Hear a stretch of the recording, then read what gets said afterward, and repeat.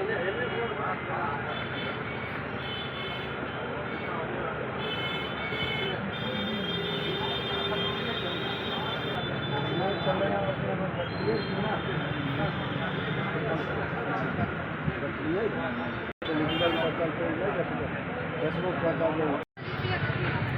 क्या कुछ मांग लेकर आज आमरण अनशन पर बैठे हुए हैं और लगातार अब वोट भी नज़दीक आ चुका है सर?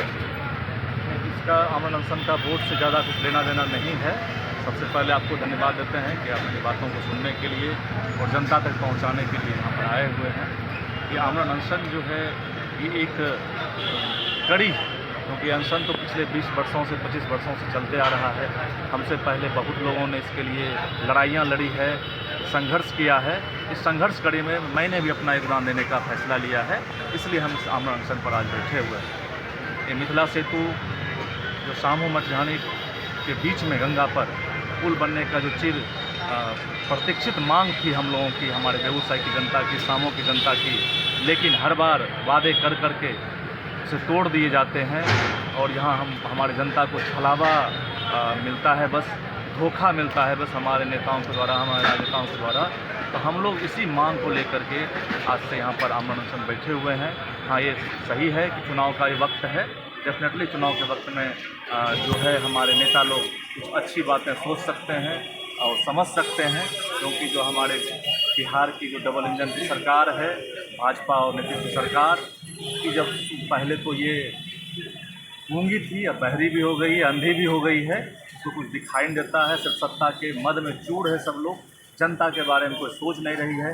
हमारे सामों की जनता पिछले 100 सालों से टापू पर जी रही है, उसको आवागमन का साधन नहीं है, कोई शिक्षा की कोई समुचित व्यवस्था नहीं है, स्वास्थ्य की व्यवस्था नहीं है, और किसानों को अच्छे मूल्य पर उनकी खेती हो इसकी कोई व्यवस्था नहीं है। हर साल वो बाढ़ में डूब जाते हैं और हर साल वो मांग रखते हैं कि हम लोगों को जिला मुख्यालय से जल्द जोड़ा जाए, लेकिन आज तक ये फैसला नहीं हो पाया, ये मांग नहीं मानी गई है। इसी पर हम लोग आज यहाँ पर इकट्ठा होकर के सब लोग अनशन, जितना भी बाढ़ ग्रसित लोग होते हैं उनको तो यहाँ मुआवजा दिया जाता है ना, लेकिन सामों की जनता के साथ, किसानों के साथ हर साल इसके साथ धोखा किया जाता है। ये मैं जिम्मेवारी के साथ आप लोगों के विषय बोल रहा हूँ। क्या लगता है कि इस आमरण अनशन से क्या सरकार पर कोई असर डालेगी या फिर एकदम असर डालेगी। कहते हैं कि कौन कहता है कि आकाश में सुराख नहीं हो सकता, एक पत्थर तो तबीयत से उछाल हो जाता है। मैंने एक पत्थर तबीयत से उछाला है, संकल्प लिया है और मांगे जरूर मानी जाएगी। और लगातार सिर्फ बेगूसराय की बात नहीं, पूरे भारत में एक सिलसिला चल चुका है जो कि वोट को लेकर जो है किया जा रहा है, जो कि पहचान पत्र को लेकर, इस पर क्या कुछ कहना चाहेंगे? डेफिनेटली एक अघोषित इमरजेंसी है, और जिस वोट पर पिछले 2024 में लोकसभा चुनाव हमारे केंद्र सरकार लड़ी है, जीती है, सरकार बनाई है, उसी वोटर लिस्ट को खारिज कर रही है। ये हास्यास्पद है, क्योंकि जिस वोट पर आपने कुछ महीने पहले ही चुनाव जीता है, क्या वो गलत था? अगर गलत था इसका मतलब आपका चुनाव भी गलत था। ये एक प्रकार की इमरजेंसी है। 1975 में कांग्रेस सरकार लाई थी, 50 साल बाद भाजपा एनडीए की सरकार इमरजेंसी लाई है, और जनता को वोटर लिस्ट से नाम कटा करके लोकतंत्र की हत्या की जा रही है, लोकतंत्र को फांसी पर चढ़ाया जा रहा है, लोकतंत्र को जलाया जा रहा है। यही उनका काम है। किस प्रकार से हम सत्ता में बने रहें और जो लोग वोट का अधिकार है उसको भी लोगों से छीन लें।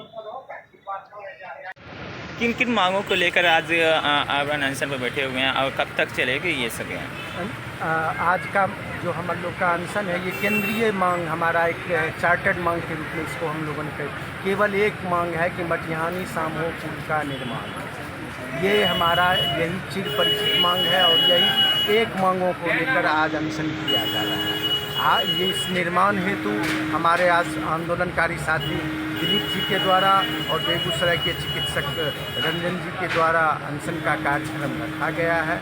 आपके माध्यम से हम ये संज्ञान में लाएंगे कि आज केवल और केवल एक मांग है हमारा कि मटिहानी सामूह पुल का निर्माण हो, चाहे वो 2 लेन का पुल हो, और वो चाहे हमें कोई ज़रूरत नहीं है कि इस पुल को आप अलाइनमेंट से जोड़ें, 4500 के प्रोजेक्ट से जोड़ें, खगड़िया से जोड़ें।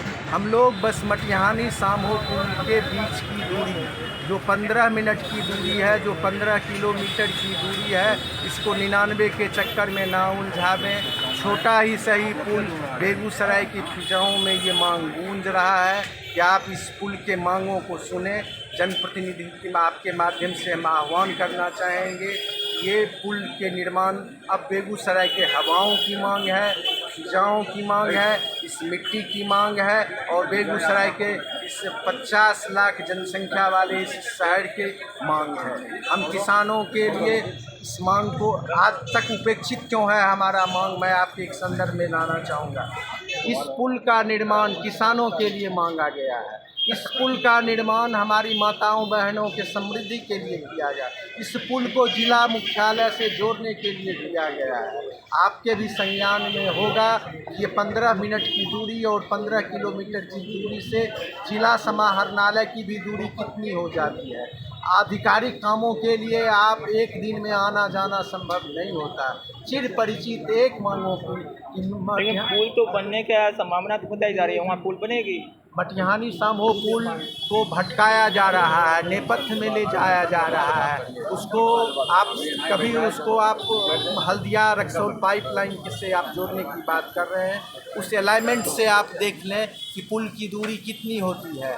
अगर उस अलाइनमेंट के बावजूद भी पुल की दूरी 50 किलोमीटर रह गई तो पुल से क्या फ़ायदा हो गया। फिर तो 70 किलोमीटर तो जाना पड़ ही रहा है। 99 का तो फेर लगा हुआ ही है। कैसे आप उससे किसानों को लाभ दिलवाएंगे, कैसे उस पुल से हमारे जो पढ़ने के लिए बहनें आएंगी, माताएं आएंगी, बच्चे आएंगे, कैसे आएंगे। व्यवसायिक आप उस पुल का निर्माण जो बतला रहे हैं वो एक नेपथ्य विजन की बात है, वो एक अप्रासंगिक बात है और वो भी ट्रस्ट नहीं है कि आप अलाइनमेंट को कैसे जोड़ेंगे। अगर आपके संज्ञान में हो कि अलाइनमेंट से आप कैसे, चूँकि आप मीडिया कर्मी हैं, डिजिटल प्लेटफॉर्म पर रहते हैं, तो आप कैसे जोड़वा सकते हैं, अलाइनमेंट हो सकता है, आप बतला दें। मैं अपने आप को चुप कर दूँगा, वापस ले लूँगा अपनी बात को। मेरा बस सिर्फ ये कहना है 15 मिनट की दूरी, 15 किलोमीटर की दूरी को आप 99 का चक्कर और 75 का चक्कर ना लगा। आप छोटा ही सही मटिहानी सामों के दिलों को जीतें और आप कई वर्षों तक राज करें, हमारी शुभकामनाएं रहेंगी। लेकिन आप ये जन जन की भावनाओं को समझें, किसानों की भावनाओं को समझें, माता बहनों की भावनाओं को समझें, हमारे कुटीर उद्योग वाले जो हमारे एमएसएमई के रूप में काम करने वाले उनकी भावनाओं को समझें। छोटा ही पुल सही, 2 लेन का पुल ही सही, सिवड़ी के तरह ही पुल सही आप निर्माण करें। हमें 4,500 करोड़ की पुल की ज़रूरत नहीं है, हमारे लिए 400 पुल की करोड़ की ही काफ़ी है। क्या परिचय हुआ सर? हमें योगाचार्य डॉक्टर रंजीत कुमार। चुनाव काफ़ी नज़दीक आ चुका है और इस प्रकार से आमरण अनशन क्या सरकार को मानने पर बात करेगी या फिर जाके कुछ और रवैया देखने को मिल सकता है? देखिए, सरकार को निश्चित रूप से मानना चाहिए। जन कल्याण के लिए ही सरकार करती है। किसान के उपजाए अनाज को सरकार खाती है। हमारे टैक्स से उनकी गाड़ियाँ चलती है, उनके बंगले में साजो सज्जा हमारे पैसे से होते हैं, उनके एरोप्लेन का टिकट हमारे पैसे से होता है। उन्हें निश्चित रूप से सुनना चाहिए। क्या परिचय हुआ? रंजीत कुमार से।